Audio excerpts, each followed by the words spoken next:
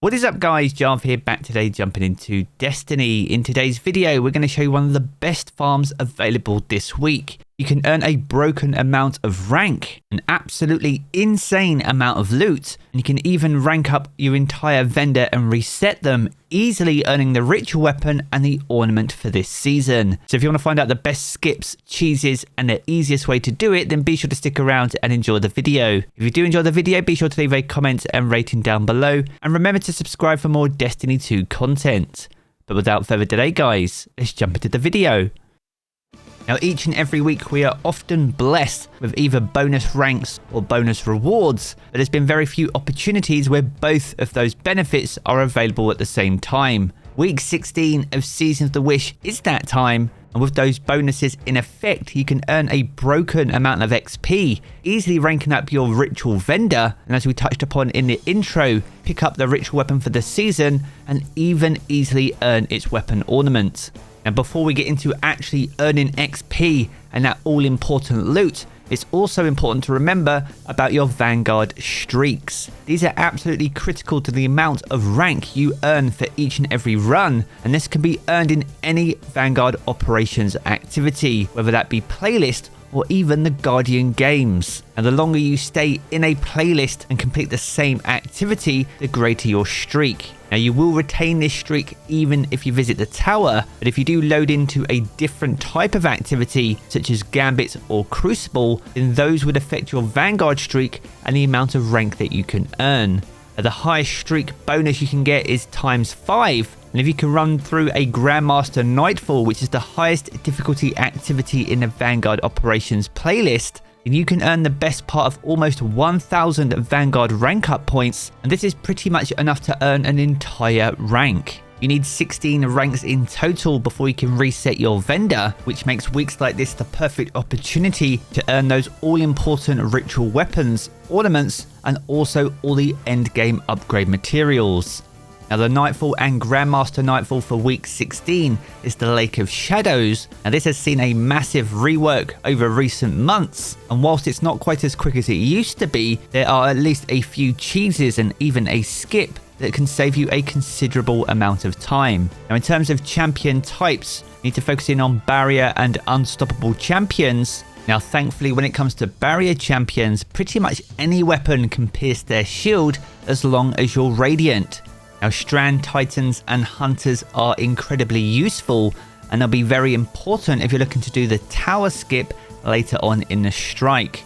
If you're running a Warlock, I highly recommend running a Solar Warlock on Well of Radiance whilst using the Phoenix Protocol. In fact, if you have 3 Warlocks with that loadout, it can help trivialize any key sticking points you may encounter as you work your way through the Nightfall. Now the Lake of Shadows has 2 bosses and even a Tormentor. Now the first boss is the good old Meatball. You'll locate this in the courtyard area. Now whilst it's not possible to skip the Meatball, you can at least cheese it by heading over to the left side of the map.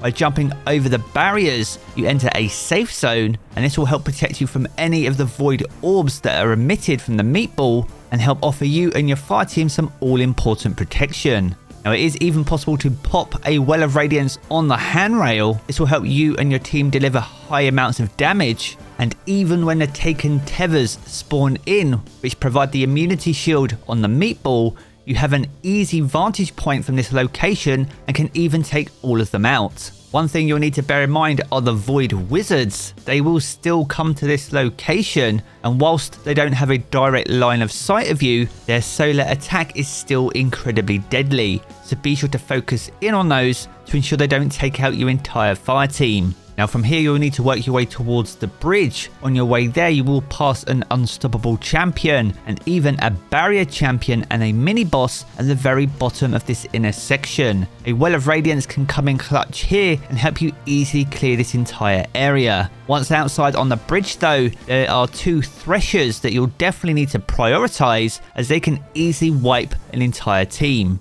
Now on this outer bridge section there will be champions towards their end. These once again will be unstoppable champions and fairly easy to take out. And once you've cleared the entire area, it's important not to progress through the normal doorway, as this will create a turn back barrier when it comes to doing the tower skip.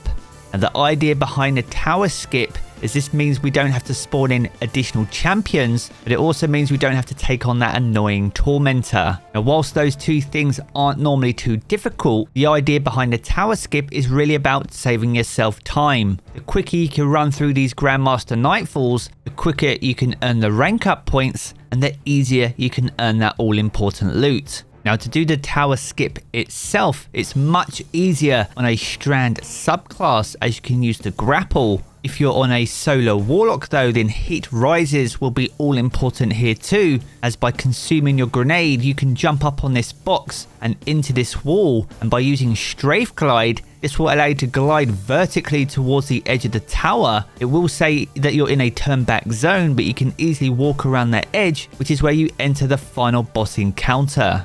Now, as for the Strand subclasses, you'll once again need to stand on that box and grapple towards the same location that I just landed with my Warlock, and similarly you will be able to walk around the edge and enter the final boss encounter too. Now, a thing to note is only one member of your fire team needs to do this skip, as it is possible to pull all remaining fire team members forward. Now, the member that does do the tower skip will need to clear some combatants in the area first. Now, you can trigger the load by jumping up towards the main door where you normally enter this room. This will pull your remaining fire team members forward. Once you've pulled all remaining fire team members, you'll have one final cheese in order to easily defeat this boss. Now, once again, all subclasses are able to get into this final location. We are once again going to be jumping on top of this tower and taking out the boss all the way up from the rafters. Now, to get up here, you can jump on this box and then on top of this upper section. Now, by jumping up again, you can grab on the edge of this ledge. And as you can see, there's a small metal section hanging from the rooftops. Now, by jumping slightly past it, you can mantle and stand on top of this section, and once here you can jump on top of the tower and then walk across the roof to this upper ledge area. There is no turn back zone here, and this is the perfect location for where we're going to take out the boss. Now, naturally, Well of Radiance will offer you excellent protection and elevate all your fire team's damage, as the boss can still deal solar damage to you even while we're all the way up here. That being said though, it should be an easy task from here on out, and if a few members of your fire team have Polaris Lance equipped, this will trivialize every single major boss in this strike and make the entire thing an absolute breeze. There has truly never been a better time to rank up your ritual vendor, earn endgame upgrade materials, and also a huge amount of exotics. It is probably one of the best opportunities to farm Destiny this week, so be sure to make the most of it whilst you can.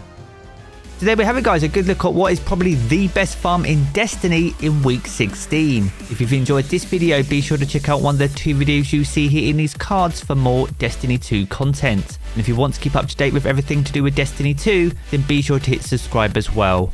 I'm going to pick to the game as always guys, and I will catch you all again very soon.